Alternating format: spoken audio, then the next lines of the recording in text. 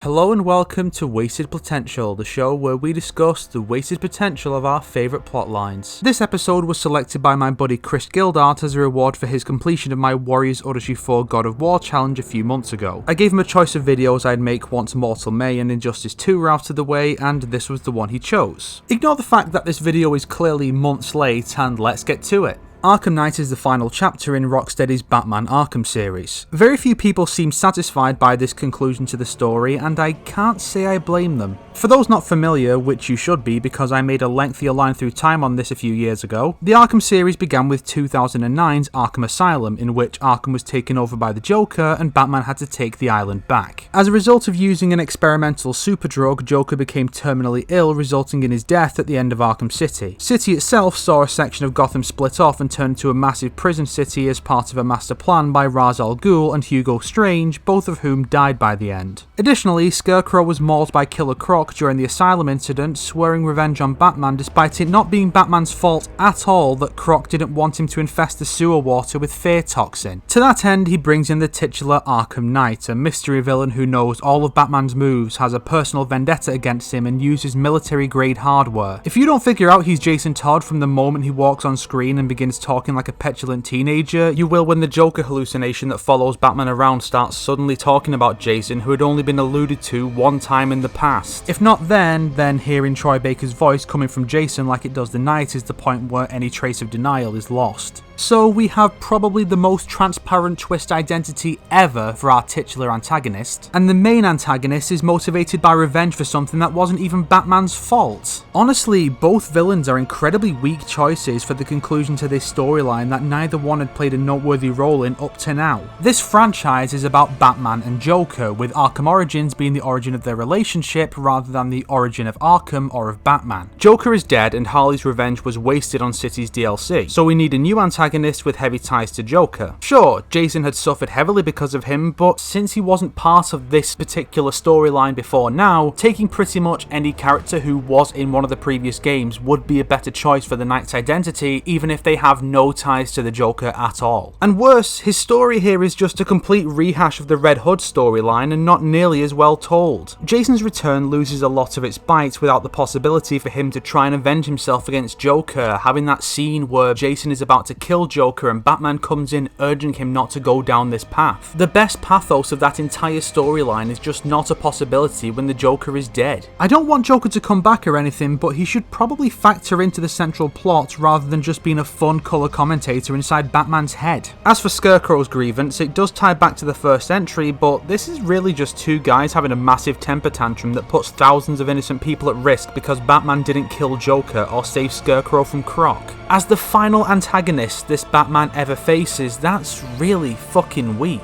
So these are the things we need to address. Bring the central plot more in line with the previous two games, do something more with the Joker plotline, and find a more compelling central antagonist that isn't a total rehash of an existing storyline. We have a few other goals which I'll get to in due time.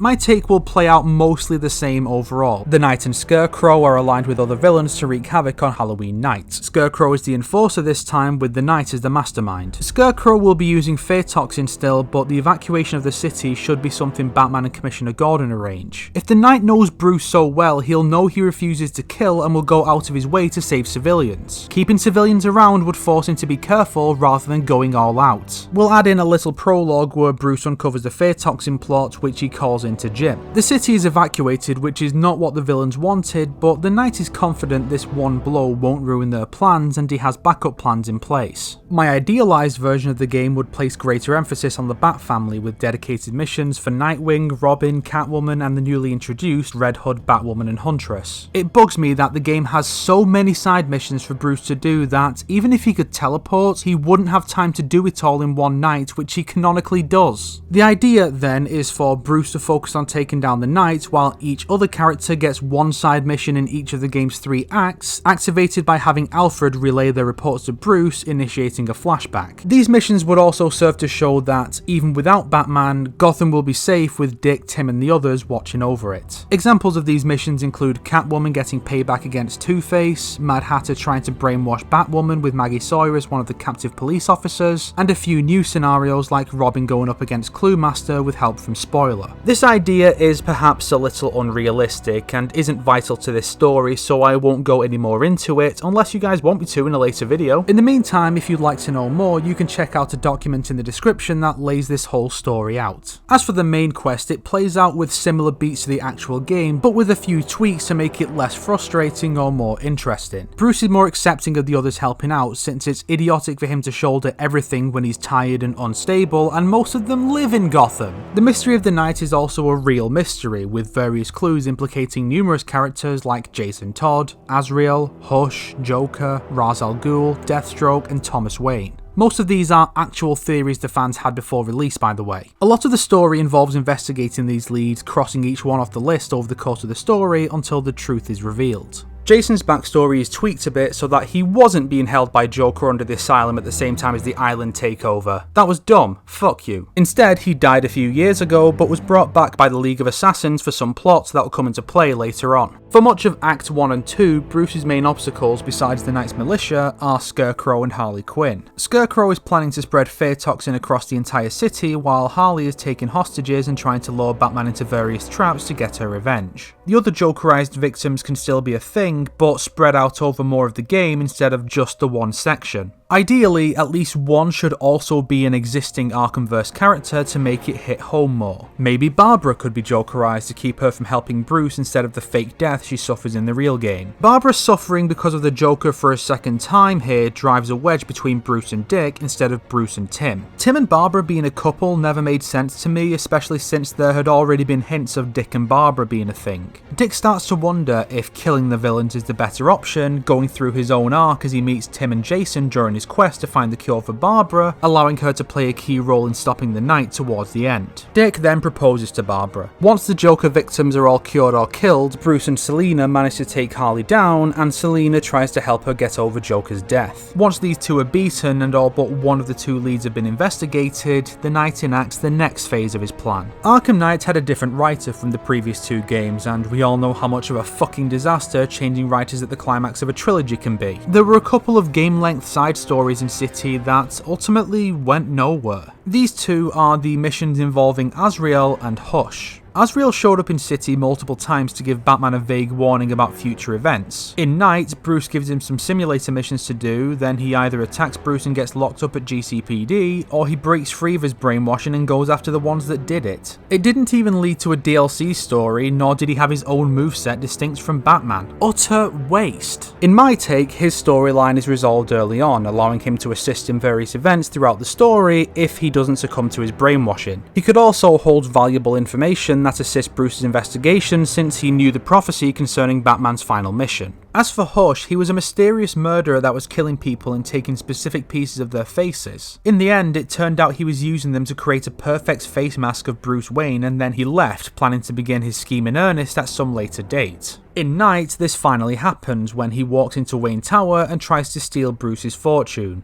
That's it. While the reveal that we're playing as him when he takes Lucius Fox hostage was a neat surprise, it really didn't feel like a satisfying payoff, especially since he goes down in 3 hits once his guard is down. It's also a disservice to Hush as a character, since he's a master manipulator who worked out Batman's identity and organised a bunch of villains to fuck with him in the comics, but this game has him as such an unbelievable fuck up that he didn't even check to make sure he knew where Bruce was at the time. We know this because dialogue from the side villains changes depending on whether you beat them before or after Bruce's endgame unmasking. Even if you do it after, he's shocked when Batman unmasks while Lucius gets new dialogue. In my version, Hush is the Knight, unmasking in a live broadcast as Bruce Wayne. As in the real game, Bruce has spent the months between games helping rebuild Gotham as Bruce Wayne. Hush is attempting to undermine that and destroy Bruce's public image. This is how he gets the various villains to cooperate, offer them all revenge for specific things that they at least believe Batman has done to them in previous games. Joker's death, damage to their operations, killing Ivy's plants, not killing Joker, and generally beating them up. In a way that is unintentional, they're like the victim syndicate from the Rebirth Detective Comics run. Hush himself is motivated partly by jealousy over Bruce's fortune and his family's fame that Thomas feels his family deserves instead, but also the severe scarring to his face that he received during the City incident, which he blames on Batman. Hush's plan is to ruin Bruce's public image and then swoop in as Thomas Elliot to clean up Gotham streets by killing the Knight in self-defense, thereby earning public favour without being convicted of murder. Of course, he's also planned for the possibility of what Bruce does next. To help mitigate the damage, Bruce, despite knowing this is all part of Hush's plan, unmasks himself in a similar broadcast using the public confusion to buy himself time to stop Hush, as people are unsure whether to believe Bruce Wayne is the villainous Arkham Knight or the heroic Batman. Bruce takes Hush down, exposing his true identity. With his own identity now compromised, Bruce arranges the Nightfall Protocol, here not formed after almost dying to the fucking Calendar Man! With only a few hours left, Bruce embarks on the last few missions of his Batman career, teaming up with Catwoman and his sidekicks, having a final battle with Deathstroke that doesn't suck for once, and deciding whether or not to allow the League of Assassins to resurrect Talia, which is a more significant choice for the player to get to make than deciding Raz's fate. Bruce gets the entire family together to let them know he's proud of them and then fakes his death, after which we get to see the family's reactions to this. From here, I conceived new DLC missions for each playable character that are not just random missions that don't amount to anything. Half the actual DLC missions are set after the main story, so they really should be used to paint a picture of what's going to happen now that Batman is supposedly dead. As such, mine are all setups, such as Spoiler becoming the new Batgirl, the three Robins encountering Damian Wayne and deciding who will train him as the new Robin, Selina helping Harley to cope with Poison Ivy's death while reminiscing about the old days, and Azrael working with Bane to take down the Order of St. Dumas in Santa Prisca before struggling to fight off his brainwashing so as not to kill him, since the two had fought each other back in the Arkham City days. Again, set up for a future that, even if we don't explore it in sequels, still paints a hopeful picture for the future of Gotham until they get their thumbs out of their arses and just make Batman Arkham Beyond already. And yes, before anyone asks, Selina and Bruce do get to be happy here, for once. Seriously, I cannot think of a single continuity where Bruce and Selina get together without either of them dying horribly. The Nolanverse did it, but that's so last minute with so little build up ahead of time and with so little chemistry between the two, it's about as valid as Cora Sammy, and it may or may not all just be in Alfred's head anyway. Fuck you, Tom King, you got my hopes up and you crushed them. I'm sure you're a nice guy with bigger plans, but I'm not fucking having it. But before we close off, I'd like to briefly discuss the current run of Detective Comics. Like how Action Comics celebrated its 1000th issue by bringing back Superman's briefs to give his costume proper colour balance again, Detective Comics decided to celebrate its own milestone issue by introducing the Arkham Knight into mainline DC canon. However, since Jason Todd is already back as the Red Hood, this version of the Knight was a complete reinvention. The design is largely the same, but he carries a sword instead of guns, which really clashes with the high-tech military aesthetic. Additionally, the Knight here is actually a woman who is descended from the Arkham family and has a misplaced vendetta against Batman. So she's Lady Arkham from the Telltale series. If it had been up to me, the Knight would just be a new persona for Jason, since keeping the Red Hood name when he's back in the Bat family seems really disrespectful. But if we had to go the route we did, why not just make Lady Arkham canon and have the Knight as her actual knight, her primary enforcer that can go toe-to-toe with Batman? Lady Arkham has the motive and her knight has the skills to fight for it. Either of these options would be better than a girl who was born during an Arkham riot in which even the Joker stopped rioting to help her mother give birth out of sheer respect. And she must be really young if even Harley Quinn was an active criminal by the time she was born. What is she, 10? And she's trained herself since childhood to be able to go toe-to-toe with Batman, who, remember, was trained by Ra's al Ghul. This is actually worse than the game version, and that's fucking saying something. If she was black, I'd suspect she was yet another badly written Mary Sue created by Brian Michael Bendis for his daughters to self-insert as. If you liked this video, why not subscribe and support me on Patreon like these fine people here? If not, then make sure to share it with your enemies so they can suffer along with you.